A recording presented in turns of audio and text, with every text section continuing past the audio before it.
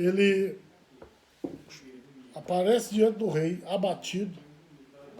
Ele arranca do rei, vamos dizer assim, uma permissão para se reconstruir as muralhas de Jerusalém e mais tarde, em ato contínuo a isso, o templo. Então é desse momento que aconteceu quando Artaxerxes I estava no seu 7º ano de governo. Então, nós estamos nos referindo a um período entre o final de 457 a.C. a 458 a.C. Então é nesse momento que sai essa ordem, e se você ler lá em Esdras, capítulo 7, versículos 7 e 8, você vai ver que há a citação do 7º ano de Artaxerxes I. Não vou ler aqui para não ficar tomando muito tempo, mas os irmãos depois vão ler melhor nas suas Bíblias aí, na sua casa. Então, desde esse momento histórico, o calendário da profecia foi disparado. O cronômetro de Deus foi disparado. E aí começou-se a contar as 70 semanas de Daniel até por volta do ano 33 a 35, descontando aí os erros do calendário gregoriano, que é quando o Messias é retirado. Então, da saída da ordem, 457/458 a.C., até 33 ou 35 depois de Cristo, é quando o Messias é tirado, o calendário de Deus disparou. E nós, os pentecostais, os milenaristas históricos, acreditamos que, por uma decisão soberana de Deus, Deus parou a contagem do calendário para retomá-lo na grande tribulação, que são as últimas 7 semanas de anos. E esse período aí, esse interregno, é o chamado de Era da Igreja. Mas isso é dentro da visão dispensacionalista. Muito bem. Então estamos em pleno século XXI. E o desenrolar dessa profecia está acontecendo na frente dos nossos olhos. Tudo que está apontado, determinado para acontecer, está acontecendo. E nós estamos dormindo o sono da negligência, o sono da indolência, e substituindo os profetas de Deus pelos profetas ou do diabo ou da carne, que ao invés de trabalhar em cima da profecia da segunda vinda de Jesus, manter a igreja em estado constante de alerta pelo cumprimento de sinais proféticos, analíticos e descritivos como estes. Não, estão profetizando carro, casa, prosperidade, vida fácil, riqueza, conforto e abundância. Somos preocupados com grandes e monumentais festas, mas não preocupados com o Evangelho. Muitos de nós, pastores, líderes e crentes também, estamos preocupados com a volta dos cultos, não para adorar a Deus. É mais por uma satisfação religiosa. É quase que um mantra religioso, um patuá, que se eu for em 1 ou 2 cultos, eu estou tranquilo, eu estou imunizado contra o corona e contra o inferno. Não existe isso. Vocês vão ver que já está liberando aí. Depois que liberar, eu vou dar um prazo exagerado, 3 semanas. 3 semanas após, volta-se toda aquela negligência do passado. Faltando culto, ninguém vem na oração, ninguém cumpre as tabelas de jejum, de estudo bíblico, culto de ensino, escola dominical. Volta tudo ao ponto da negligência do descanso que era antes. Agora estão apavorados. Daqui a pouco já esqueceram de tudo isso. Aí virá algo muito pior que o corona, do qual talvez a gente nem escape. Então eu estou falando aqui para pessoas que vão tirar uma grande lição e mudar de vida a partir deste episódio. E aqueles que quiserem voltar à vida de negligência, que o façam à custa de sua própria salvação. Então o texto aqui no versículo 20, eu vou voltar lá para Lucas 21, versículo de número 20. quando Jesus diz assim: mas quando virdes Jerusalém cercada de exércitos, sabei então que é chegada a sua desolação. Então, olha essa expressão. Quando virdes Jerusalém.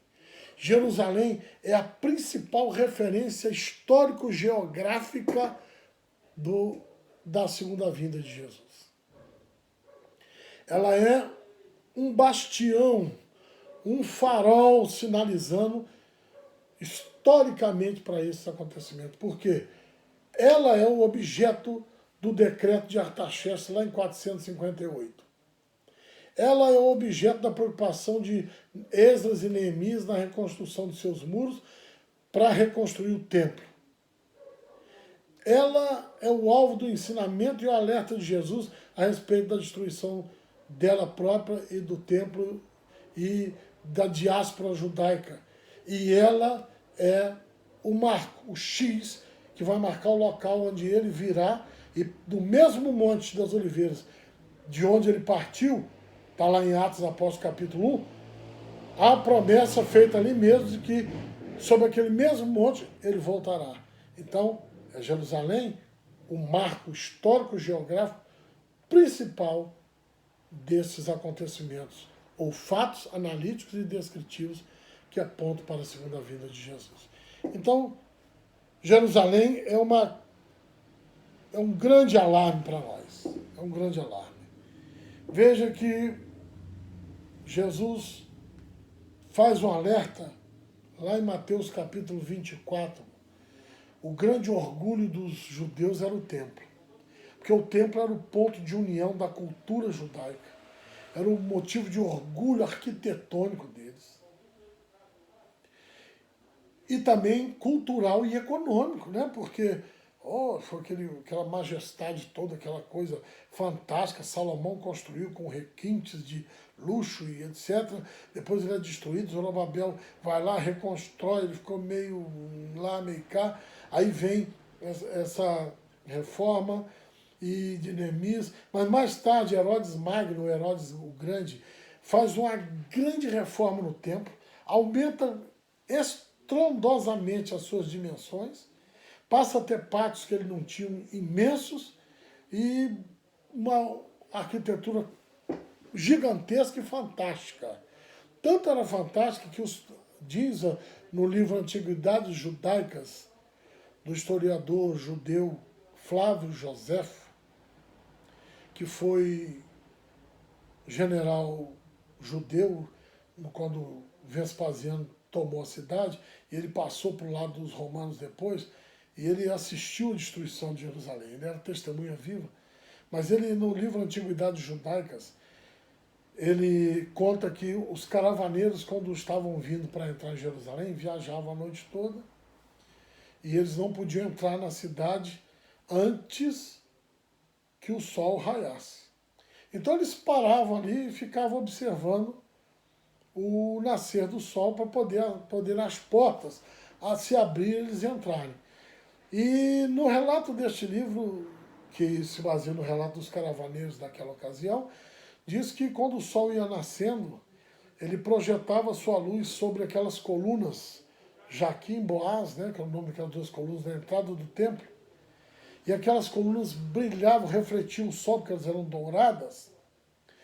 Quando você for na nossa sede histórica, na Igreja Mãe de Madureira, lá na Carolina Machado, em Madureira, Rio de Janeiro, logo na entrada, você entrou dentro do templo, tem 4 portas, cada uma tem o nome de um evangelista, simboliza o acesso à presença de Deus pelos 4 evangelhos. Assim que você entra, tem 2 colunas enormes, que são baseadas nas proporções das colunas originais do Templo de Salomão, e elas são também colocadas na mesma posição e têm a mesma cor. Então aquilo refletia e encantava os caravaneiros. Era um espetáculo de rara beleza. Valia a pena parar para assistir o que eles faziam. Então era um motivo de muito orgulho, de muita pompa para Israel. Devido à sua desobediência, como nós vamos ver aqui, esse templo é totalmente destruído.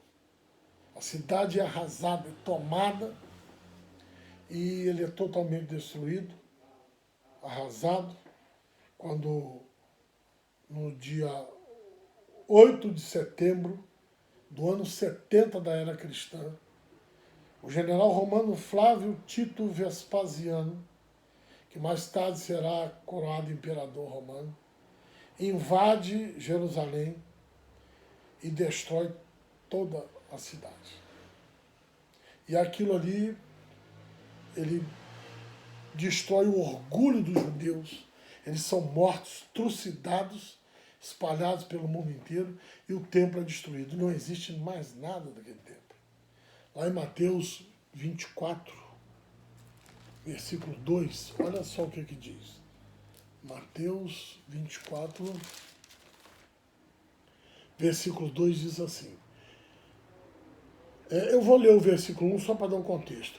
E quando Jesus ia saindo do templo, aproximaram-se dele os seus discípulos para lhe mostrar a estrutura do templo.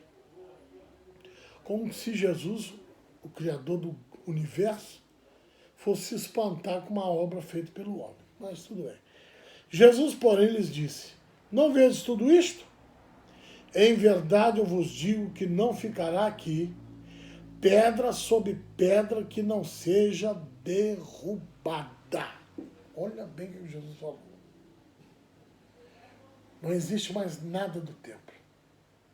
A única coisa que lembra o templo é o muro ocidental, chamado Muro das Lamentações, que não era parte do templo, ele era apenas o muro de arrimo dos aterros que estavam sobre o Monte Sião, que segurava o barranco onde está a esplanada onde o templo existia. No lugar onde o templo estava, hoje está a mesquita de Al-Aqsa, também conhecido como o Domo da Rocha. É uma mesquita muçulmana, né? Ou a mesquita de Omar, ela tem esses três nomes. Al-Aqsa, Domo da Rocha e mesquita de Omar. Então, aquela esplanada original do templo, não tem mais nada lá, é um prédio muçulmano, piso muçulmano, não tem mais nada daquela época. O muro ocidental não fazia parte do templo, era um muro de arrimo do barranco lá de longe, da parte ocidental da cidade, tá bom? Então, Jesus disse, vede tudo isso, em verdade vos digo que não ficará aqui pedra sobre pedra que não seja derrubada. Cuidado, irmão, se não botar o seu coração nas coisas físicas do mundo e até da igreja. Cuidado, pastor, para você não colocar o seu coração na sua cadeira. Deus te deu um rebanho, cuide dele, mas não se vanglorie dele, não faça dele negócio. Uma cadeira pastoral não nos pertence, pertence a Deus. A hora que o meu presidente quiser me tirar dessa cadeira, ele fará isso com a maior naturalidade. Não se agarre a nada material. Deus não tem sua carteira assinada em nenhum ministério. Deus não está como signatário de nenhum acordo convencional, conciliar, nenhuma ata de reunião. Não está obrigado com ninguém, nem com nada, senão consigo mesmo e a sua palavra. Então não se engane. Por mais que você ache que a igreja é bonita, se o templo é suntuoso, que foi Deus que deu, ele não está preso a isso. Ele quer sinceridade e fidelidade no nosso coração. Mas por que Deus fez isso? Por causa da desobediência. Lucas capítulo 19, versículo 44, diz assim, e te derrubarão a ti, falando dos judeus, e aos teus filhos que dentro de ti estiverem, dentro de Jerusalém, não deixará em ti pedra sobre pedra, pois que não conheceste o tempo da tua visitação. Sabe o que foi isso? Naquele dia em que Jesus entra em Jerusalém, a entrada triunfal de Jesus, já estava na semana do Calvário, ele vem montado num jumento, num jumentinho, né? E o povo, é o domingo de Ramos, que os católicos chamam, botava as vestes, Hosana, Hosana. E ele chora sobre Jerusalém. Por que ele chorou? Ele chorou, irmãos, porque ele viu que o povo, a cidade, os líderes religiosos, apesar de saber que ele era o Messias, não o receberam. Ele veio para os que eram seus, mas os seus não o receberam. Então eles não conheceram o dia da sua visitação, quando o Deus do céu e da terra, o Yeshua HaMashiach, ou seja, Jesus, o Salvador da humanidade, o Messias, o ungido de Deus, entrou por aquelas portas. Eles o recusaram. Por terem recusado o Messias, tudo isso sobreveio sobre eles. Cuidado, irmãos, porque tem muito crente que também está recusando o Messias. Nós somos o povo da graça de Deus. Nós, crentes pentecostais, não pentecostalistas, essa gente louca, surtada. A doutrina pentecostal é algo lindo, bíblico, fundamentado. É a raiz do avivamento, com base na palavra de Deus.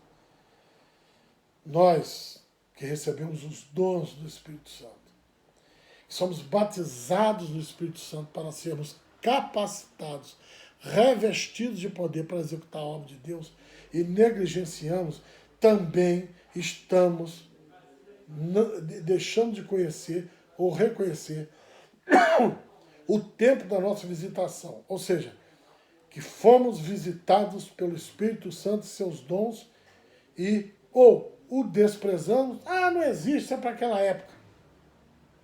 Ou tentamos nos apoderar deles, dos dons como Simão, o mágico, quis fazer, transformando o dom de Deus em negócio próprio, para o seu próprio bem, para oferir ganhos pessoais. Deus abomina isto. Cuidado, irmãos. Cuidado, igreja. Isso é muito sério, irmãos. É muito sério. Então, quando Jesus viu aquela opulência toda e o orgulho dos discípulos, ele fala, então, vocês estão vendo tudo isso aí?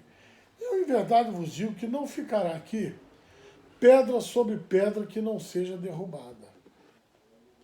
Aí eles olharam assim, ninguém imaginava, né? Era o ano, estamos aí perto do ano já 33, 34. Aí, meus irmãos,